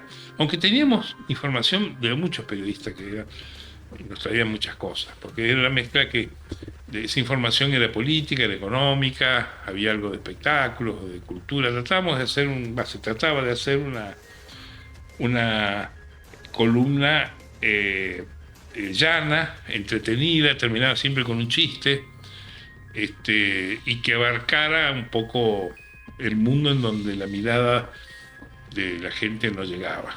Bien, la mayoría de los chistes hoy serían impublicables, ¿no? Recuerdo. Sí, vos sabés que los chistes, había proveedores de chistes, no eran... había grandes debates sobre qué chiste mandar. Por eso es un problema del humor, no era un problema del diario. No, claramente. Los chistes el humor ha sido el género más castigado por el desarrollo de las costumbres. Y está bien que sea así. No se puede joder con todo. Bien. Julio Ramos fue el primero que de algún modo planteó la discusión al interior de los medios de comunicación, de la narrativa, de los periodistas. El primer recuerdo de alguien que plantea, no sé, el monopolio del fútbol, el monopolio del papel, que afectaba directamente a Ámbito, que era un diario que se imprimía. Él era una pelea que él tenía, y era muy curioso porque él era el que escribía sobre eso. Él no dejaba que el resto de los periodistas escribieran de eso, porque él consideraba que eso implicaba un costo para como una causa personal, además. Causa personal, y que las consecuencias que caigan sobre él, que él se hiciera responsable. Entonces él tenía un control. Hubo un vuelto ahí, ¿o no, Ignacio? ¿No? La causas de contrabando que le armaron, ¿no? No, por eso que fue. Por eso, bueno, pero se armaron a medio mundo. Pero del no otro, era contra él, era contra Vigil, un montón de gente. Sí, claro, pero del otro lado. Pero no lo conocía la verdad. Ramos eso no le significaba nada. No, él tenía, pero era un tipo valiente. Yo creo que el público en general y los medios inclusive se lo han reconocido, porque él tuvo, por ejemplo, el decreto del fútbol, que es un decreto que firma Menem y que lo puso él en una nota del diario, que los medios del Estado transmitieran los partidos de la selección de fútbol cuando en la zona ningún canal lo transmitía. Eso quedó en la historia, Eso creo que rige hasta el día de hoy. Si juega la selección y no lo transmiten en una provincia o en un lugar determinado donde tiene cobertura un medio, el Estado está obligado a pagar o a facilitar eso es claro, como hoy ya la gente ve por la televisión, por el teléfono, pero eso rigió, y eso fue una cosa revolucionaria de él. Él fue el primero que se enfrentó a... Él va con eso contra el monopolio del fútbol. Que es ir contra Clarín en aquel momento, ¿no? El grupo Clarín tenía un contrato con la AFA Sí. para ese tema. Y Había que pero ser. él se peleaba mucho con el gobierno. Sí, sí. Porque él licitó canales cuando se privatizaron y no Quedó afuera. no ganó. Entonces, era contra otros medios, pero básicamente también contra los gobiernos. Él no se llevó bien con ningún gobierno. En un momento con Menem. No, con Menem se llevaba bien. Era de Tenía los. una relación algún día. Yo no puedo hablar de Ramos porque yo no tuve acceso a Ramos más que el Ramos laboral. Sí. En lo personal tenía una buena relación, muy buena con él, pero no conozco sus entretelas. Pero él, por ejemplo, fue un hombre que se opuso a la reelección de Menem. En el año 94, cuando se hace la convención de Santa Fe para reformar la Constitución, él integró el arco de opinión que se oponía a la reelección de Menem. Más aún, viajó a Santa Fe a cubrir la convención. Me acuerdo que hizo reportajes por televisión que se emitieron, los emitía Canal 9 en aquel momento, porque era amigo de Romay, y publicó notas en el diario. Él militó mucho contra la reelección de Menem. O sea, tenía buena relación, pero Menem nunca le dio nada, nunca lo benefició, especialmente en la publicidad. Eso te lo puedo decir porque yo estaba ahí y conocía cuál era la relación. O sea, él no fue un prebendado de Menem. Y más aún, el llamado menemismo de Ramos se basa en que él, cuando viene la elección del 89, dice que Menem va a ganar. Ah, estaba el Tata Joffre también. Pero él dice que va a ganar. El Tata estaba ahí, ¿no? Él estaba fuera del diario en ese momento porque trabajaba con Menem. Pero él dice que va a ganar. Pero el diario, si mirás el diario, era un diario que beneficiaba y favorecía y casi te diría saludaba un triunfo de Angelos. Yo lo tengo en la cabeza y si uno revisa el diario, va a ver que no era un diario menemista. Le decía, va a ganar Menem, pero qué pena que este hombre pierde. Esa era un poco la visión del 89. Después también se un poco. El enfrentamiento con Clarín es por papel prensa, ¿no? Fundamentalmente. Él hizo dos libros, publicó el primero más que nada. Estaba vinculado a la sociedad del Estado con la Nación, Clarín y La Razón, que en aquel momento, yo no sé si estaba cuando él publica eso en La Razón, ya, pero sí era con Nación y Clarín. O sea, la precuela de esa batalla contra Clarín, casi que el eslabón número 1 es Julio Ramos. Él fue uno de los pioneros de la pelea esa. Yo diría que fue la que más costo le tenía a él, porque él era un hombre que había trabajado en Clarín. Sí, claro. Él había tenido una trayectoria ahí. Pero, te repito, él era el tipo que él agarraba esas causas y las militaba él con una personalidad que es como si fuera un periodista más. Bien, y eran causas personales, él las asumía como propias. Eran públicas. Públicas, Digamos, sí. Esta me la banco yo, decía. Claro. Usted no se meta. No te decía, anda a pelear, yo te tengo el saco. Este penal lo atajo yo. O lo pateo yo. Sí. Esa era la conducta de él. Esa era la conducta. ¿Y vos cómo eras como jefe, Ignacio? No lo puedo decir, no sé. Lo va a decir, el tiempo me jugará. A algunos les gustará, a otros no, pero... Entonces, ¿Pero qué características tenías vos? yo no las puedo definir. No puedo hablar de mí, no sé. Hacía lo que podía. Como dice hoy, leí el otro día en el epitafio que quiere Robert De Niro que lo pongan en su tumba. Hice lo que pude. ¿Y en tu epitafio qué te gustaría que...? Hice lo que pude. ¿Sí? Hice lo que pude y lo que creía. Puedes poner como De Niro, 2 puntos. Yo creo que en realidad yo soy más bien de la gente que cree que ha vivido equivocado. No que me arrepienta de cosas, pero yo he hecho lo que he podido. Tampoco he hecho mucho. Soy periodista. Vos has omitido en los datos que diste de mí que yo tengo 30 años de la universidad, he publicado 2 libros o 3 sobre... He editado las obras completas de Rubén Darío. Te quería preguntar. He publicado una tesis sobre eso. O sea, tengo toda una trayectoria académica que es en la que yo también busqué un destino y no me arrepiento, pero tampoco he logrado demasiado. soy un personaje del cable. Pero yo soy muy feliz, la verdad, que con lo que me da la gana, hace muchos años. Creo que he hecho siempre lo que me da la gana, lo cual cuesta, pero he tratado de sostenerme en esa línea. Creo que yo soy optimista por la visión que te dije de la Argentina. Yo creo que la Argentina es optimista. Creo que este mundo es mucho mejor que el que vivimos. Yo se lo digo a mis hijos. El país que tenemos y el mundo que vivimos es muchísimo mejor. Nosotros venimos de muertes, de exilios, de desaparecidos, de pobreza, de incapacidad de progresar, el mundo que tenemos hoy es impensablemente mejor al que a mí me tocó a 20 años, 30 años, que uno tenía que emigrar. Yo emigré a Santa Cruz, a Río Gallegos, me fui profesor, y después me fui a estudiar afuera, y uno ha tenido enormes dificultades, y hay gente que tiene más dificultades, porque mis compañeros de facultad, que tengo desaparecidos, ese mundo era un mundo de porquería. Eso de decir que hoy que ese mundo fue mejor que yo por eso diciendo mucho, especialmente de los políticos, que dicen que fracasó la Argentina. ¿Qué fracaso? Para nada. Hemos construido un mundo mejor, muchísimo mejor, muchísimo mejor. Y yo de eso soy optimista. Yo no soy conservador, es decir, yo no creo que haya un mundo ideal atrás al que haya que volver. No soy decadentista, o sea, no creo que estemos en un mundo peor. Creo que todo tiempo pasado fue ligeramente peor. Entonces, yo para adelante soy optimista. Gracias. No, por favor.